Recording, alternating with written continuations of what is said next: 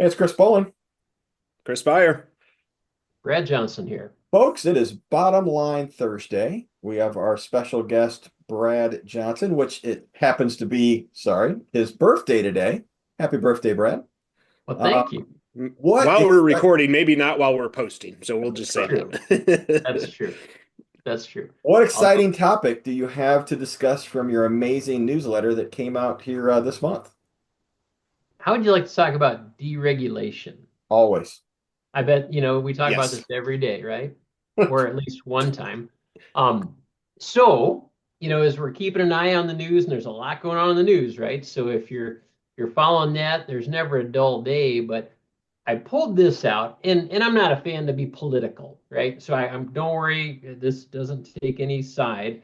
But I do think some changes might be coming on the regulatory front for benefit plans. And here's why I say Okay. this. So, Trump signed a number of executive orders, and one of the ones that he signed is I'm just calling it this 10-to-1 deregulation executive order. Yes. And, just for the folks listening, if you haven't heard of this one, what it basically says is it's requiring the different agencies that crank out regulations. If you're to propose a new one, you have to identify 10 existing ones that go away. And the net cost has to be zero or less. Like, so if you're going to add one, it'll probably increase cost because the regulations Yeah, cost money to comply with. So you got to find 10 to get rid of it. And the net effect of that should be zero costs on business, if not a savings for business. So That's that was, intriguing, though.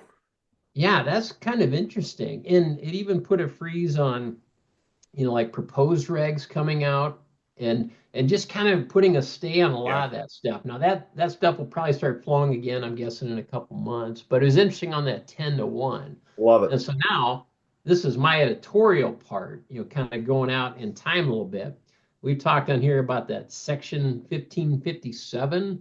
regulation, and it just gets at discrimination in health plans.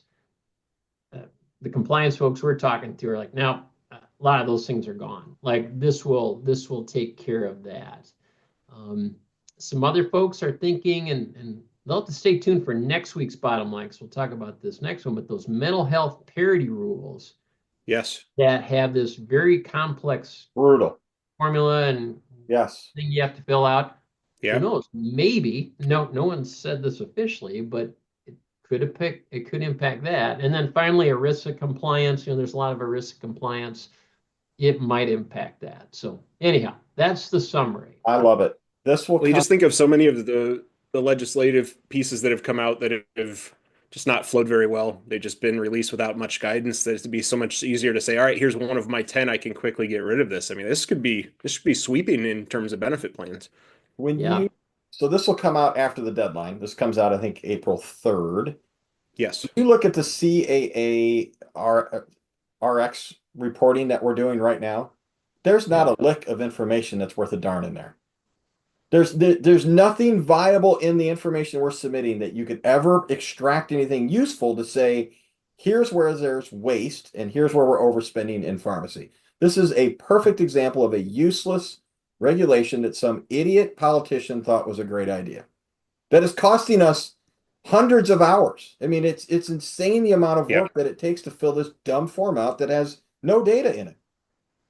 Yeah. So A yeah, lot of duplication because a lot you of might duplicate. fill it out at the health plan, and if you have your pharmacy carved out, you put it there, and maybe you sometimes accidentally put the same number in both, and so now you doubled up. And Yeah, so this could be Hmm. one of 10, maybe. Who knows? There I we go. love We've got two or three already. We're on our way. it. Get rid of that mental parity that nobody can figure out how to actually prove if your plan meets the guideline without spending 5 grand from some actuarial firm. But yeah, great. Get rid of it Yeah. all. All it does is cost money. I love it. Yeah. So stay tuned for next week. Let's dive into that one further. Sweet. Absolutely. Thank you for sharing, Brad. This was Thanks, Yeah, Brad. appreciate you it as bet. usual.